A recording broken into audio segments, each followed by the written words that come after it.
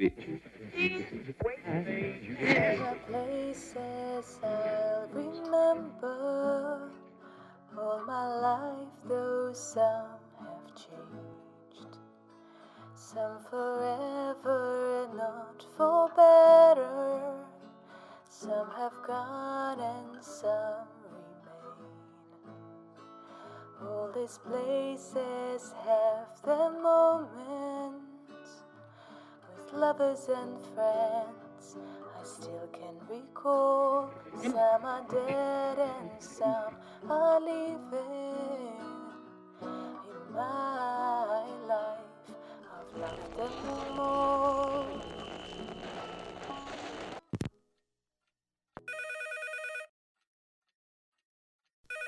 Who is it? Charlie, how are you, my love? Hi, Mum. Wait, can you hear me? Put him on loudspeaker. Is everything all right there? I'm fine. I finished your red velvet recipe yesterday, and you know what? I'm thinking of a career change. Okay, it wasn't as good as yours, but I was still really proud. Anyway, I just wanted to check in on how's Liverpool. Is the hotel nice? It's brilliant. They have a really good lunch menu. Your mum couldn't get enough of the pumpkin soup. But are you sure you're okay, dear? Do you have enough to eat? Are you getting enough sleep? You know, sleep is really important. Oh, stop babying him. Charlie, we went to the Beatles Museum yesterday. Oh, is it the same as it used to be 20 years ago? They have changed a few things. And today we're off to the Lovelock Bridge. We're just leaving now. So, are we planning to put a new padlock on the bridge? Well, we want to find the one we put on 20 years ago and add your name to it. I think it's mission impossible, but your mum is very determined we'll find it. Of course we will. Tell Charlie about the bet. Whoever finds the lock first gets to decide where to get dinner. And you know it'll be me. That's why you don't want to search for it. That's not true. I never said I don't want to search for it. I just Okay, think... okay, Mum, I got it. Seems like you're having fun. I gotta go now. My lecture's starting soon. But send me pictures. And don't worry about me. I'm fine.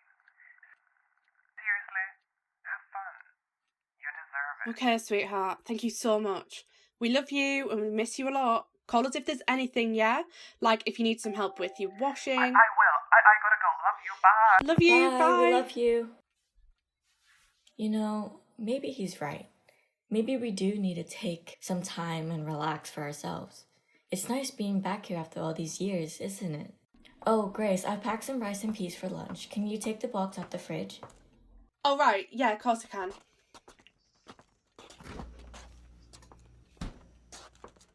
Can you lock the door?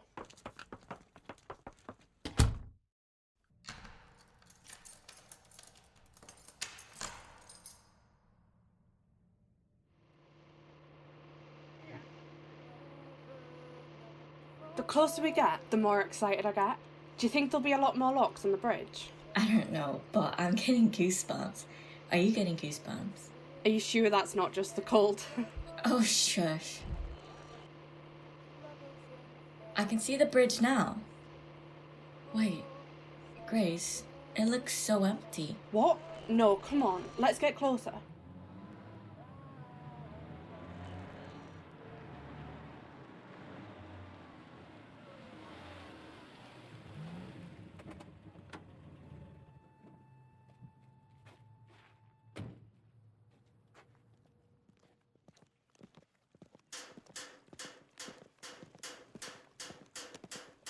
See?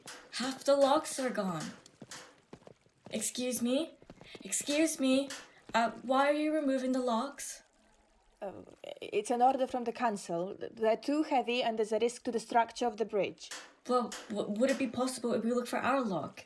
We put it here about 20 years ago. This is where we met. It's really important. Please, it would really mean a lot to us. Please just let us find ours. We came all the way from London just for this.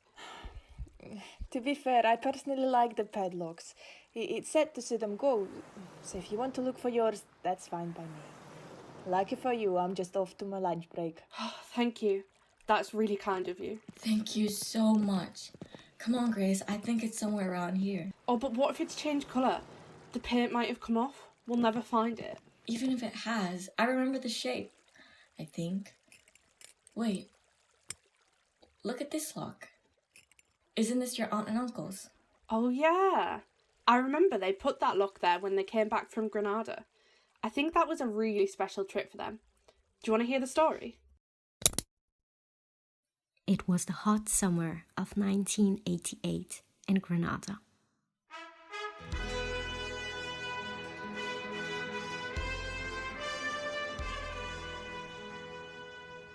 My husband and I went to the seaside with some family and friends. Oh, it looked just like from one of those travel postcards you see. The sky was so pure, and when the sun set, the red and purple would reflect on the crystal clear water.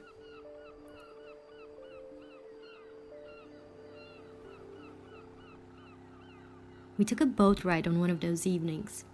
As we came back to the shore to be dropped off, my husband jumped into the sea before the boat stopped. I don't know where his mind had gone. He wasn't near enough to the shore. The water was deep, and so he went down under the water and came up again, then back under the water, back up again. It was chaos. He can't swim. And guess what I did? Oh, his daughter and I, we laughed. We laughed so much we could hardly catch our breath. We just couldn't stop. My husband was infuriated. So he comes out and says, "It's those two women that I thought would be crying are the ones who are laughing the most." We were staying at my auntie's house, so when we got home and told her what happened, she said, "If George had drowned, none of you would stay in this house anymore. I'd put you out on the street." Every time I think about it, I still laugh after all these years.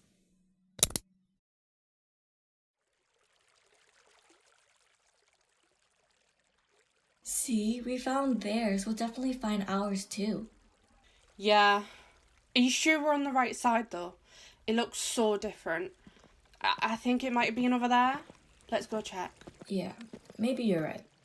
Any luck finding Oh, it? you're back already? No, not yet. Please, can we have some more time? We really wouldn't bother you if it wasn't so important. Well, look, I have a deadline to remove all of this by the evening. And as you can see, I still have a lot to do, so I'm afraid I have to keep on working. No, please, you don't understand. This is a symbol. Let us look a bit more. I'm sure we'll find it soon. Listen, ma'am. What about those boxes? We haven't looked through them. Is that all right with you? Yeah, I guess you can look through the boxes, but I do need to get back to work. Thank you. We won't bother you.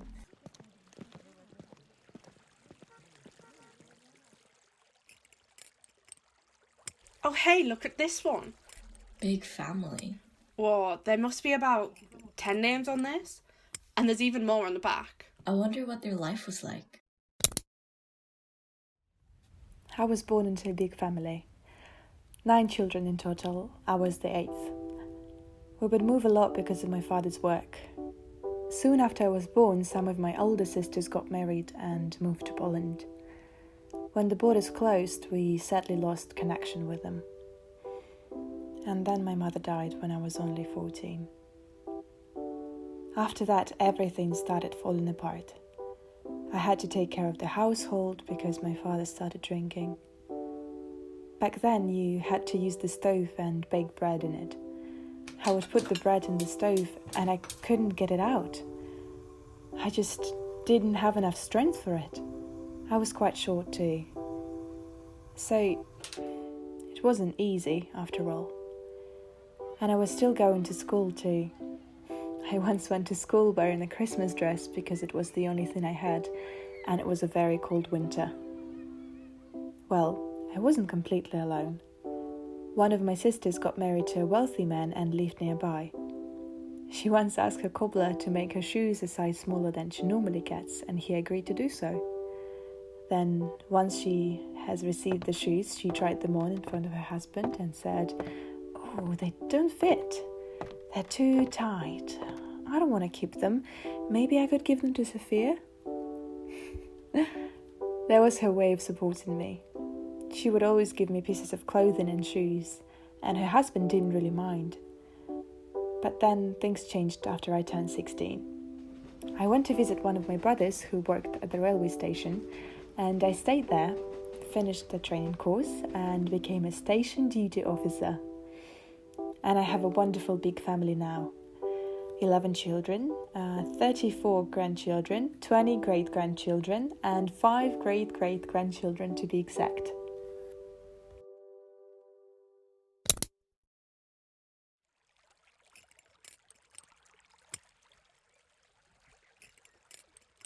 I found it! What? Let me see.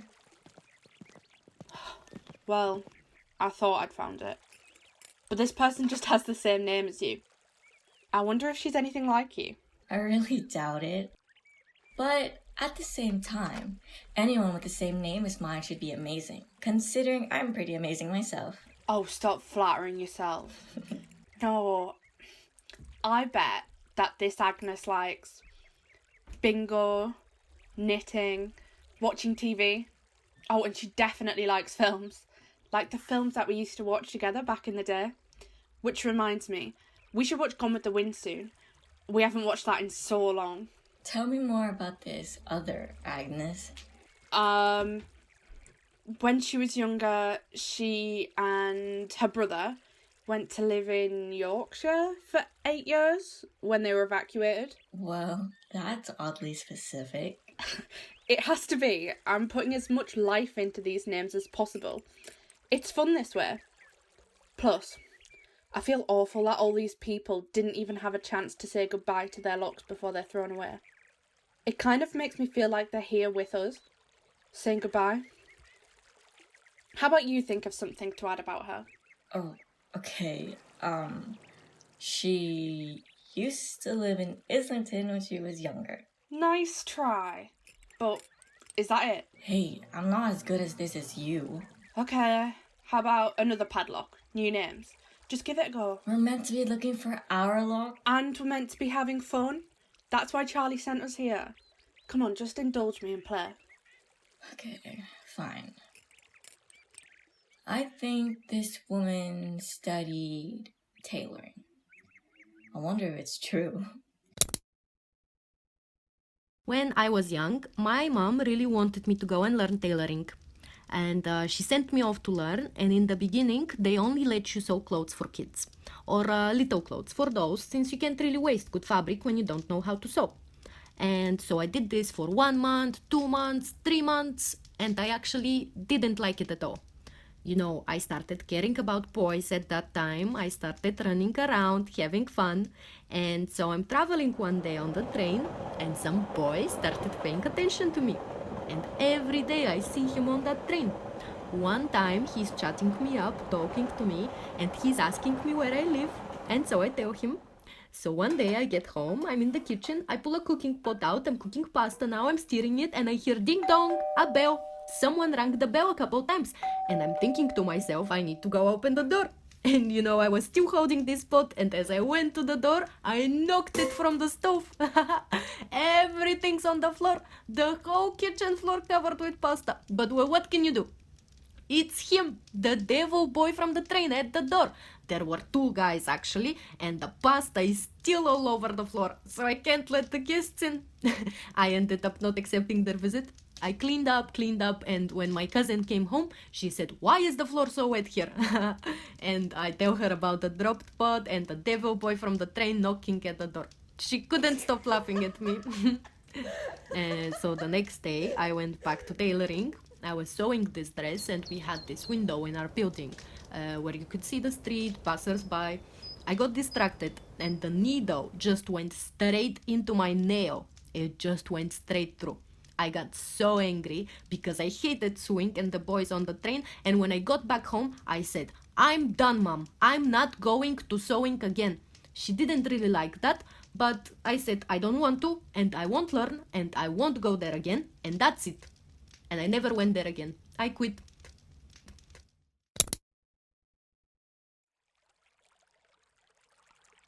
See? You are good at my imagining game. Yeah, I suppose I am. It was kind of fun. Reminded me when we used to play these kind of games with Charlie. So, did you find your lock then? No, not yet. There's so many. Well, I'm sorry about that. I really am, but I have to take all of these boxes away now. The bridge is empty. Oh, yeah, of course. You've already been so kind. I guess we both lost my bet then. I guess we did. It's a shame that we couldn't find it, but I've still had a beautiful day with you. Making up stories, looking at all of these locks, remembering my auntie's story. Most of all, I've enjoyed being here with you. I forgot how special this place was. Charlie was so thoughtful to get us this trip. Exactly. And hey, look, it's not as if we need the lock to remember all the wonderful times we've had. That's what memories are for. You're right. We don't need it. Memories last longer than a piece of metal anyways. Do you think your aunt will want her lock back though? Are you joking? Her house is already filled with trinkets. Trust me, she does not need another one. Okay, fine. Let's go back to the hotel and tell Charlie about the locks. Sorry to interrupt. I just need to take that final box over there. I wonder what the stories are behind all of these locks. Grace read by Charlotte Healy. Agnes read by Angelina Prom.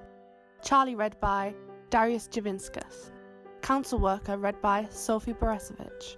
Stories read by Daria Dimitrova and Sofia Barysevich. With thanks to the Royal Central School of Speech and Drama, particularly Debora Mina, our project tutor.